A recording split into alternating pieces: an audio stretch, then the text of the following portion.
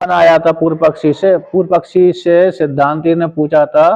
अत्र पूर्व पक्षी पृष्ठव्य, पूर्व पक्षी को पूछना चाहिए कि व्याप्ति ग्रहण यत कार्यम तत् ब्रह्मजमिति अनुमानम ब्रह्म साधकम, जो भी कार्य है वह ब्रह्म से उत्पन्न हुआ है, ऐसा जो अनुमान प्रमाण है ब्रह्म को सिद्ध करने वाला है। अथवा जो भी कार्य है वह साकारण वाला होता है, जो कुछ भी कार्य है वह साकारण वाला होता है, तत् साकारणम।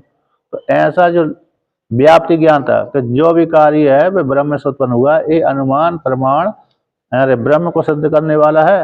अथवा जो भी कार्य है वह साकारण वाला है, तो कोई भी कार्य है किसी न किसी कारण से उत्पन्न होता है।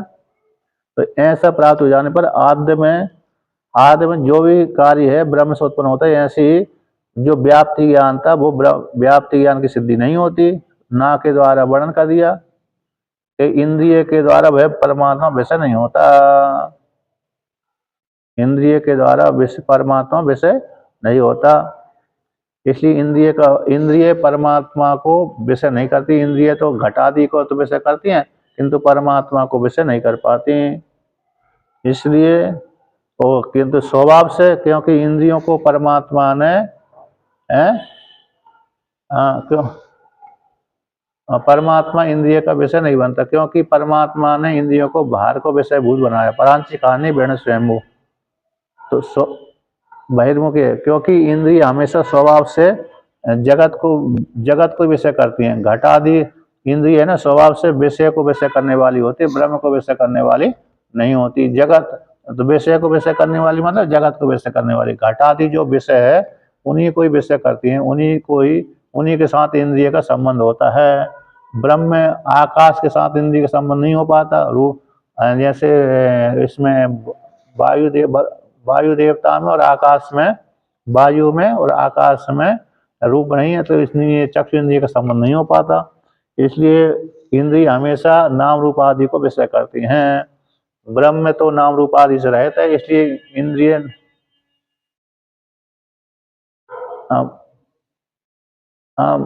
माया से उत्पन्न हुआ है वो इंद्रिय का विषय बन जाता है। लेकिन अरे कहीं कहीं जैसे रूप नहीं है तो इंद्रिय चक्षु इंद्रिय का विषय नहीं बन पाती। जैसे वायु अरे वरुण मतलब कौन है, वायु और आकाश है, ये चक्षु इंद्रिय का विषय नहीं बन पाती। हाँ, हवा स्पर्श के माध्यम से विषय बनती है। इसलिए जो भी नाम रूप आदि है इंद्रिय का विषय होता है, किंतु ब्रह्म नाम रूप आदि से रहित है, इंद्रिय का विषय नहीं होता। अब आगे वर्णन करते हैं उसी को। तो कहते हैं स्वभाव से इंद्रिय कैसे घटादि विषय को विषय करते हैं, ब्रह्म को विषय नहीं करती। यदि तो ऐसी प्राप्त हो जाने पर, क्योंकि श्रुति ने ऐसा वर्णन किया था परांची कहानी वर्ण स्वयंभू कि ब्रह्म यानी परमात्मा ने इंद्रियों को बाहर की विषयभूत बनाया है। कैसे बाहर को विषय करने वाली बनाया है, क्योंकि चक्षु अंतरात्मा को विषय नहीं करती। कोई एक धीर वाला व्यक्ति है वही अंतरात्मा को विषय करता है, जानता है, चिंतन करता है, किंतु ज्ञान इंद्रिय कर्म इंद्रिय बाहर को विषय ही करती हैं। तो ऐसा वर्णन किया था। अब कहते हैं सती वाक्य के माध्यम से कि इंद्रिय के द्वारा परमात्मा गृहीत न होने पर भी, इंद्रिय के द्वारा परमात्मा विषय न होने पर भी व्याप्ति ज्ञान को मान लिया जाए। तो व्याप्ति ज्ञान था कि जो भी कार्य है वह ब्रह्म से उत्पन्न हुआ है, जो भी कार्य है वो ब्रह्म से उत्पन्न हुआ है, ऐसा व्याप्ति ज्ञान स्वीकार कर लेना चाहिए। तो ऐसी प्राप्त हो जाने पर कहते हैं कि सती ही इंद्रिय विषयत्व ब्रह्मणा, ब्रह्म को इंद्रिय का विषय मान लेने पर तो है ब्रह्म से उत्पन्न होने वाला जगत है, ब्रह्म से उत्पन्न होने वाला जगत, तो ब्रह्म के साथ जगत के साथ संबंध हो जाएगा। तो वहाँ पर ब्रह्म के साथ संबंध हो जाएगा तो ब्रह्म इंद्रिय का भी विषय बन जाएगा, क्योंकि ब्रह्म से ही जगत की उत्पत्ति हुई है। जो भी कहते जो भी कार्य है यह कार्य वह ब्रह्म से जन्म है, और ब्रह्म का जगत के साथ संबंध हो रहा है, क्योंकि कार्य होने से कार्य में और कारण में संबंध होता है। इसलिए ब्रह्म कारण है, जगत कार्य है। तो फिर जगत का ब्रह्म के साथ संबंध हो जाने से तो इंद्रिय का जगत के साथ संबंध है, तो इंद्रिय का विषय परमात्मा बन जाएगा। ऐसी प्राप्ति हो जाने, ऐसी प्राप्ति हो जाइए, कहते ऐसा व्याप्ति ज्ञान नहीं हो सकता। इसका खंडन किया है, तत् न अस्तिति, व्याप्ति ज्ञान यहाँ पर नहीं होता। यह जो कार्य है ब्रह्म से उत्पन्न हो, ये व्याप्ति जो प्रत्यक्ष है ब्रह्म के अतीन्द्रिय होने से संभव नहीं है। जैसे व्याप्ति ज्ञान यत्र यत्र व्याप्ति ज्ञान होता है, जो जो जैसे व्याप्ति के द्वारा विषय वस्तु साध्य वस्तु की सिद्धि होती है। जैसे यत्र यत्र धूम तत्र तत्र वह्नि, जहाँ पर सहचर्य, व्याप्ति का तो सहचर्य भाव रहना, एक साथ रहना, एक साथ रहना को व्याप्ति बोलते हैं। जैसे अरे जहाँ जहाँ पर धूप, जहाँ जहाँ पर अरे धुआं होता है वहाँ वहाँ पर आग जरूर रहेगी, तो सहचर्य भाव, साथ साथ रहना जो, तो यत्र यत्र धूम तत्र तत्र वह्नि, तो ये व्याप्ति ज्ञान हो गया, व्याप्ति हो गई कि जहाँ जहाँ पर धूप है वहाँ वहाँ पर वह्नि है। जहाँ अरे वह्नि नहीं है, जहाँ पर ये अन्वय व्याप्ति हो गई, व्यतिरिक्त व्याप्ति, यत्र वह्नि नास्ति तत्र धूमोऽपि नास्ति, जहाँ पर वह्नि नहीं है वहाँ पर धूम ही नहीं, बिना आग के धुआं निकलता ही नहीं है, ये व्यतिरिक्त व्याप्ति होती है। अन्वय व्याप्ति मतलब जहाँ जहाँ पर धूम है वहाँ वहाँ पर अरे आग भी है। उसी प्रकार से यहाँ पर जो व्याप्ति ज्ञान तक जो भी कार्य ब्रह्म से उत्पन्न हुआ है, ये जो व्याप्ति ज्ञान आत्मा में नहीं लग सकता, ब्रह्म में नहीं बन सकता, क्योंकि ब्रह्म अतीन्द्रिय होने से ये व्याप्ति ज्ञान आत्मा में नहीं बैठता। व्याप्ति ज्ञान है आत्मा में नहीं बैठ सकता, क्योंकि ब्रह्म इंद्रिय का विषय नहीं है।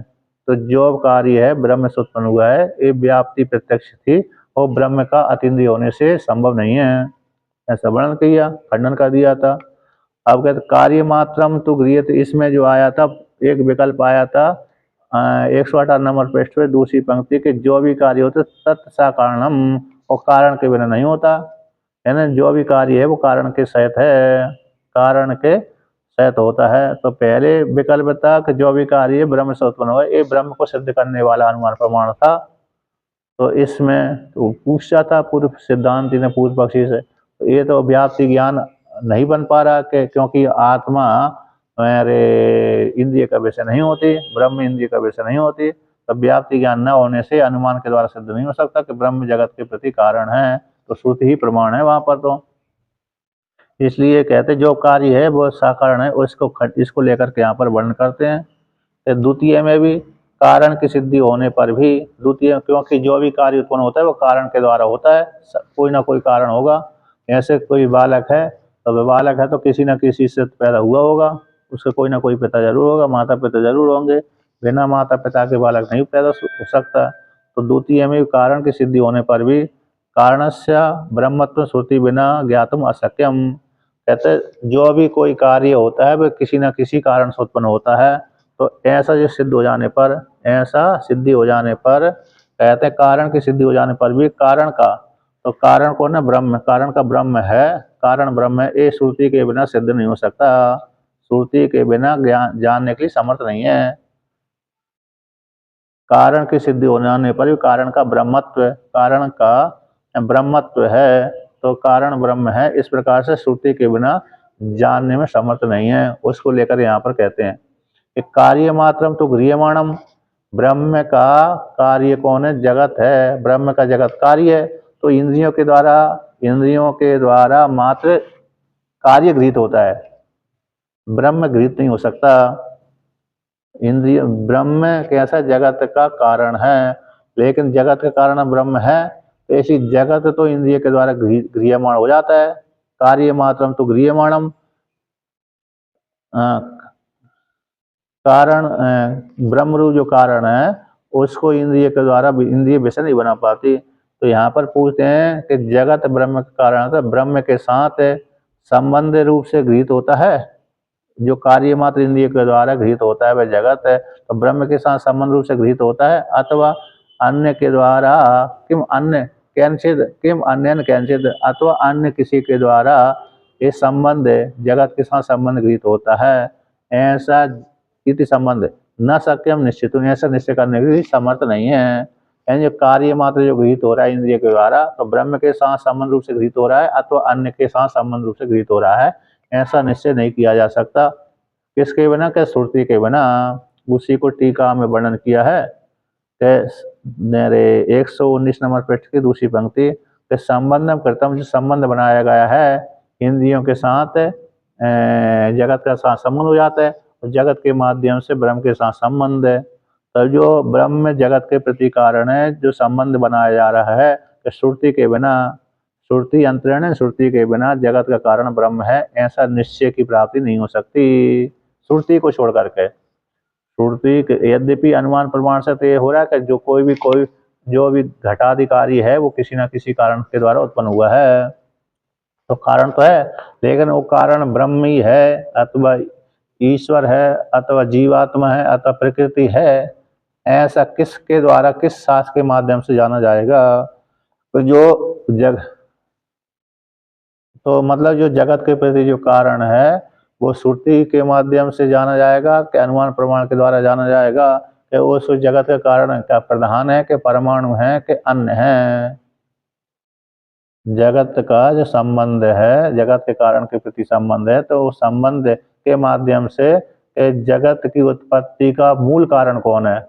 ब्रह्म है अथवा प्रधान प्रकृति है अथवा परमाणु है अथवा स्वभाव है? ये किसे प्रमाण से जाना जाएगा? कहते ब्रह्म जगत का प्रति संबंध तो है, किसी न किसी कारण के साथ संबंध है, वो संबंध किसके द्वारा? का श्रुति के बिना, श्रुति प्रमाण के बिना जगत कारण ब्रह्म है ऐसा निश्चय नहीं हो सकता। यद्यपि पहले वर्णन कर दिया कि जगत का कारण ब्रह्म है, ईश्वर है, लेकिन अनुमान के द्वारा सिद्ध किया है ना, तो अनुमान प्रमाण की यहाँ पर उपयोगिता नहीं है, बल्कि श्रुति के द्वारा ही जाना गया कि ब्रह्म जिससे जगत की उत्पत्ति होती है वह ब्रह्म है।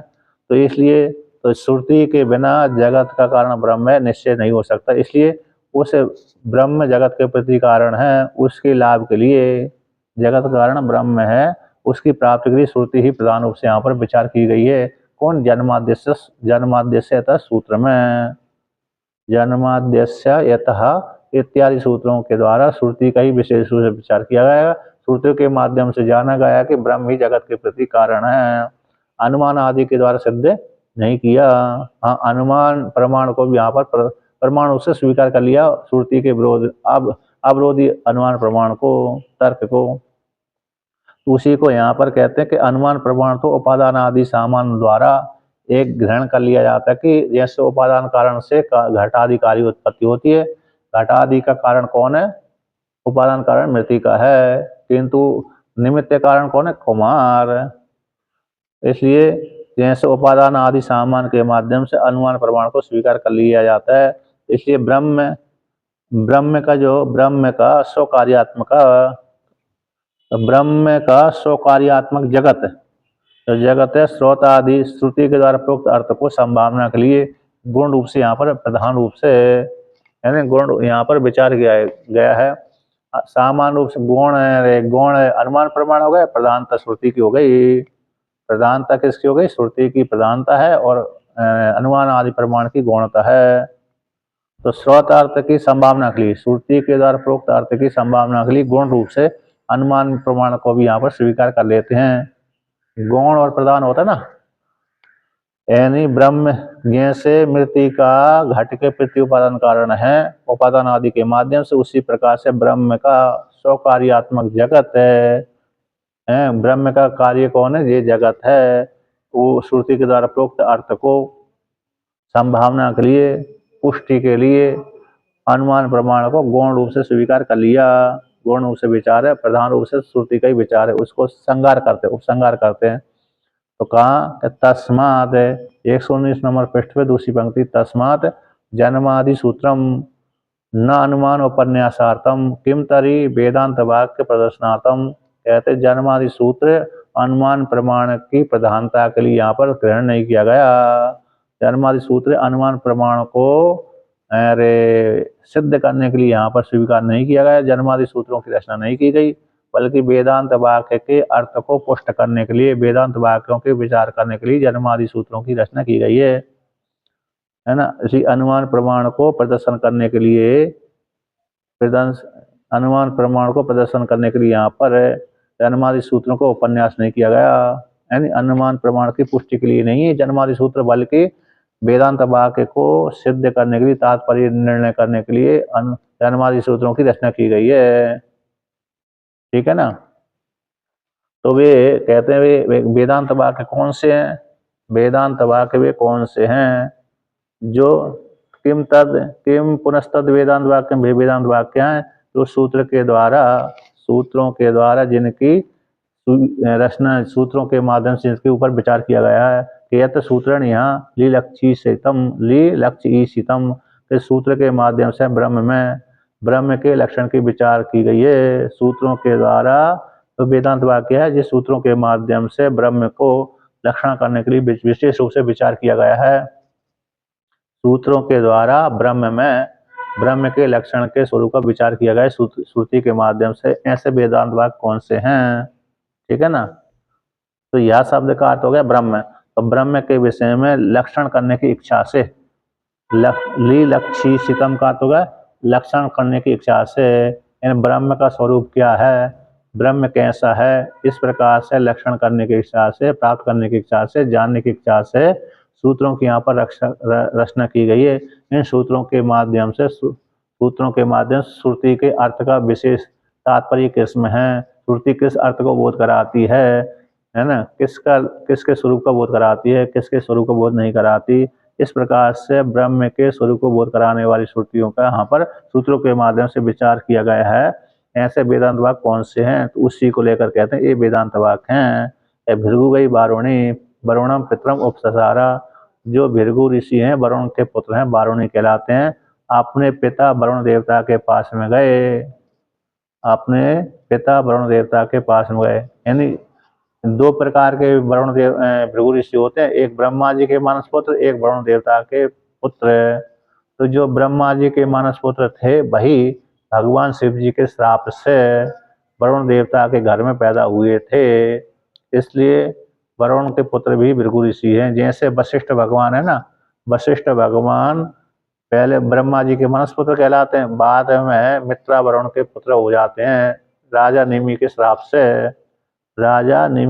से उनका शरीर छूट जाता है, इसलिए वे मित्रा वरुण के पुत्र के रूप में पैदा होते हैं, लेकिन ब्रह्मा जी के मानस पुत्र ही कहलाते हैं ज्यादा। उसी प्रकार से भृगु ऋषि भी शिव जी के श्राप से वरुण देवता के घर में पैदा हुए थे।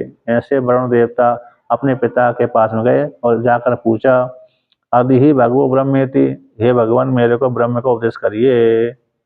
तो इति उपक्रम में ऐसा उपक्रम करके आहा, तो श्रुति कहती है वहां पर, यतो वै इमानि भूतानि जायन्ते येन जातानि जीवन्ति यत् प्रयन्ति अभिसंविशन्ति तद विजिज्ञासस्व तद ब्रह्मेति। तो यहाँ पर कहते हैं कि यह तो जिससे इमानि भूतानि जायन्ते, पांच भूत उत्पन्न हुए, एन जातानि जीवन्ति, जिस परमात्मा से ये भूत उत्पन्न होते हुए जीवन धारण करते हैं, यत प्रयंती अभिसंति, जब जीवन धारण करते हुए पूरा प्रारब्ध वो समाप्त हो जाता है, तो फिर उसी जिसमें जा करके पांच भूत प्रयंती अभिसंति, यानी उसी में जाकर लीन हो जाते हैं, जो जिससे निकले थे उसी में जाकर लीन हो जाते हैं। तद विजिज्ञासा से, उसको तुम जानो जिससे भूत उत्पन्न हुए, जिसमें जाकर चेष्टा करते हैं, जिसमें जाकर पुनः लीन हो जाते हैं। तो ऐसे उस ब्रह्म को तुम जानो, तद विजिज्ञासा से भाई जानने योग्य है। तो वो कौन है? तद ब्रह्म इति, वह ब्रह्म है। इति, इस प्रकार से ब्रह्म ही जानने योग्य है। तो तस्य च निर्णय वाक्यम, उसी इस श्रुति वाक्य का ब्रह्म के निर्णय के लिए वाक्य है। तो कौन है वो ब्रह्म? किससे भूत उत्पन्न होते हैं? या तो वही ईमान भूतान जायन्ते, वो किससे उत्पन्न होते हैं? कि इससे उत्पन्न होते हैं। वह ब्रह्म कौन है? ऐसा है। तो अगली श्रुति कहते हैं, आनंदाद ही एव खलु इमानि भूतानि जायन्ते आनंदेन जातानि जीवन्ति आनंदम प्रयन्ति अभिसंविशन्ति इति। कहते हैं आनंद से ही, आनंद रूप परमात्मा से ही खलु इमानि भूतानि जायन्ते। तो सत्यम ज्ञानम आनंदम ब्रह्म, एक बृहदारण्यक उपनिषद की श्रुति है। सत्स्वरूप परमात्मा है, आनंद स्वरूप परमात्मा है, ज्ञान स्वरूप परमात्मा है। तो आनंद शब्द वहां पर आया। सत्यम ज्ञानम अनंतम ब्रह्म, तैतृय उपनिषद की श्रुति है, और सत्यम ज्ञानम आनंदम ब्रह्म ये बृहदारण्यक उपनिषद की श्रुति है। तो जो ज्ञान आनंद स्वरूप परमात्मा है, तो आनंद रूप परमात्मा से ही एक खलु ईमानी भूतान जायन्ते, ये भूत उत्पन्न होते हैं। यानी पंच महाभूतों के माध्यम से सृष्टि आगे बढ़ती है। तो आनंद रूप परमात्मा से, ईश्वर से एक संपूर्ण भूत उत्पन्न होते हैं। आनंदेन जाता नहीं, और आनंद से उत्पन्न होते हैं, और आनंद से उत्पन्न होते हुए जीवन धारण करते हैं। यानी बालक है, जैसे माता पिता के द्वारा पैदा, आनंद यानी परमात्मा, यहाँ परमात्मा ईश्वर परमात्मा, तो ईश्वर है यहाँ पर, ब्रह्म ही है। तो आनंद से उत्पन्न होने वाले जीव, जो जाता जीव हैं, वह जीवन धारण करते हैं, चेष्टा करते हैं। आनंदम प्रयंती विसंविशंति, जब प्रलय काल की अवस्था आ जाती तो आनंद रूप परमात्मा में लीन हो जाते हैं। तो इस प्रकार से तो ये श्रुति है। तो यहाँ पर ब्रह्म ही जगत का कारण है, ब्रह्म ही कैसे जगत के प्रति कारण है, इस प्रकार से वर्णन कर दिया। यह सर्वज्ञ सर्वेद, यह सर्वज्ञ सर्वेद, ऐसा मुंडक उपनिषद में आता है। तस्मात् एतत् ब्रह्म नाम रूपम अन्नम से जायते, ये ब्रह्म नाम रूप आदि के द्वारा उत्पन्न होता है। ये ब्रह्म नाम है, रूप है, नाम है, रूप अन्नम से जायते, इस रूप में उत्पन्न होता है। ब्रह्म से जगत की उत्पत्ति होती है। ब्रह्म से कैसे हो जाती है, जगत की उत्पत्ति होती है, ऐसा वर्णन किया था। विज्ञान आनंद ब्रह्म है, दूसरी श्रुति कहती है परमात्मा कैसे विज्ञान स्वरूप आनंद स्वरूप ब्रह्म है। ये जो दूसरी वाक्य भी हैं, कैसे अन्य अन्य वाक्य भी है, अन्य अन्य वाक्यों के माध्यम से भी जाना जाता है कि ब्रह्म जगत के प्रति कारण है। शाखांतरी वाक्य भी इससे ब्रह्म के विषय में प्रमाण है। जैसे 33 उपनिषद की श्रुति में तो इस प्रकार वर्णन कर दिया, अन्य दूसरी उपनिषदों में भी ब्रह्म के प्रति, ब्रह्म जगत के प्रति कारण उससे कहा गया है। यानी आनंद सत्यम ज्ञानम अंतम ब्रह्म, ये जो आनंद शब्द आया स्वरूप लक्षण का वाचक है। कैसे स्वरूप लक्षण का वाचक है, इस प्रकार से। और सत्यम ज्ञानम आनंदम लक्षण, सत्यम ज्ञानम अंतम ब्रह्म, ये स्वरूप के लक्षण, तटस्थ लक्षण, ये तो वही ईमानी भूतान जायन्ते, ये तटस्थ लक्षण हो गया। तो आनंद स्वरूप परमात्मा हमेशा बना रहता है, उसी को कहते हैं। अन्यानि अन्यानि अपि एवं जातीय कानि वाक्यानि नित्य शुद्ध बुद्ध मुक्त स्वभाव सर्वज्ञ स्वरूप है, स्वरूप है, सर्वज्ञ स्वरूप। स्वरूप के बाद कौन सी वाक्य पंक्ति है?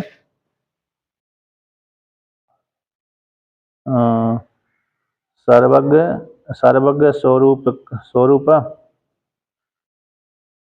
स्वरूप लक्षण, स्वरूप विषय है। हाँ हाँ जी, हाँ हाँ जी। नित्य शुद्ध बुद्ध मुक्त स्वभाव सर्वज्ञ स्वरूप, स्वरूप कारण विषयाणी उदाहर्तव्यानि। तो यहाँ पर कहते हैं कि जिस प्रकार से अन्यानि एवं एवं जाति कानि वाक्यानि, इतने ही 33 उपनिषद की वाक्य अकेले नहीं कहते, या सर्वज्ञ सर्वेद ये मुंडक उपनिषद श्रुति आ गई। ब्रह्म नाम रूपम अन्नम से जाते, ब्रह्म इस रूप से नाम रूप आदि के, नाम रूप अन्न आदि के रूप में उत्पन्न होता है, इन उत्पन्न करता है। यानी परमात्मा से हिरण्यगर्भ तथा नाम रूप और अन्न उत्पन्न होते हैं। ब्रह्म से, परमात्मा से, उससे, एतद ब्रह्म नाम रूप अन्नम। अच्छा, ब्रह्म शब्द यहाँ पर तस्मात् उस परमात्मा से, एतद ब्रह्म शब्द के हिरण्यगर्भ, हिरण्यगर्भ है, नाम है, रूप है, अन्न आदि की उत्पत्ति होती है। विज्ञान आनंद ब्रह्म, विज्ञान स्वरूप आनंद स्वरूप परमात्मा है। ये जो दूसरे शाकांतरी वाक्य है, इसके परमात्मा के विषय में कारण उसे सिद्ध करने के लिए वाक्य हैं। तो विज्ञानम आनंदम ब्रह्म, तो ये स्वरूप लक्षण हो गया। सत्यम ज्ञानवंतम ब्रह्म, विज्ञानम आनंद ब्रह्म, ज्ञान सत्यम ज्ञानम आनंद ब्रह्म, ये ब्रह्म के स्वरूप लक्षण हो गए। और इस परमात्मा से उत्पन्न होते हैं तो तटस्थ लक्षण हो गया। तो इस प्रकार से एवं जाति कानि वाक्यानि, ये अन्य अन्य जो वाक्य है परमात्मा के, तो नित्य है परमात्मा, तरकालाबादित्यम सत्यत्म, तीनों कालों में जो बना रहे उसको, हमेशा जो बना रहे उसको नित्य बोलते हैं। शुद्ध है, अविद्या आदि से रहित है, शुद्ध है, बुद्ध मुक्त स्वभाव वाला है। तो अविद्या अस्मिता राग द्वेष अभिनिवेश पंच क्लेश आदि से रहते है ना। मन और षडभाव विकार जायते अस्थि वर्धते विपणते अपक्षिते विनश्यति, षडभाव विकार से और जन्म मृत्यु सुख दुख भूख प्यास इस षडवर्मियों से रहता है।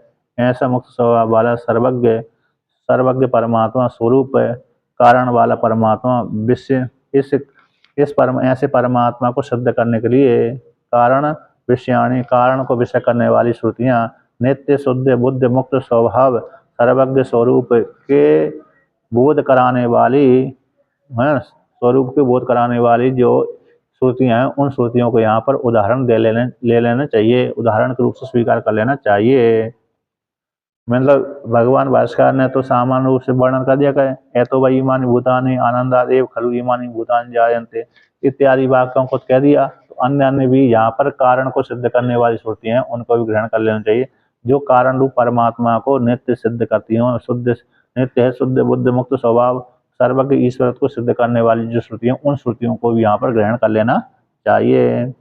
यानी तद एवं इस प्रकार से सभी शाखाओं में जितने भी शाखा वाक्य हैं, उन शाखाओं में यानी छांदोग्य मतलब सामवेद में जितनी भी शाखा हैं, ऋग्वेद में जितनी भी शाखा हैं, यजुर्वेद में जितनी भी शाखा हैं और अथर्ववेद में जितनी भी शाखा हैं, तो सारी शाखाओं में लक्षण द्वय वाक्यानि यानी तटस्थ लक्षण और स्वरूप लक्षण, तटस्थ लक्षण और स्वरूप लक्षण को सिद्ध करने वाली जो वाक्य हैं, जिज्ञास ब्रह्म समिन्वतानि, जिज्ञास जो ब्रह्म है अर्थात ब्रह्म जिज्ञासा में जो ब्रह्म जिज्ञासा है, तो जिज्ञास ब्रह्म समन्वतानि समन्वय रूप से स्वीकार कर लिया जाता। तद धिया मुक्ति, जब समन्वय हो गया, ब्रह्म में ही समन्वय हो गया, ब्रह्म ही गति है श्रुतियों की।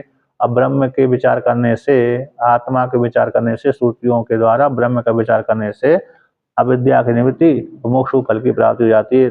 तद्धिया से ब्रह्म को विचार करने वाली बुद्धि से, उस बुद्धि से अविद्या की निवृत्ति हो गई, अविद्या की निवृत्ति होना ही मुक्ति कहलाती है। तो तद्धिया मुक्ति रीति सिद्धम, ब्रह्म ज्ञान से मुक्ति शब्द होती है, इस प्रकार सिद्ध हो गया। तो इस प्रकार से द्वितीय सूत्र पूरा हुआ, जन्माद्य से सूत्र पूरा हो गया। अब तृतीय सूत्र कल चलेगा। इस सूत्र का तात्पर्य है कि संपूर्ण जगत का कारण कौन है? ईश्वर ही है।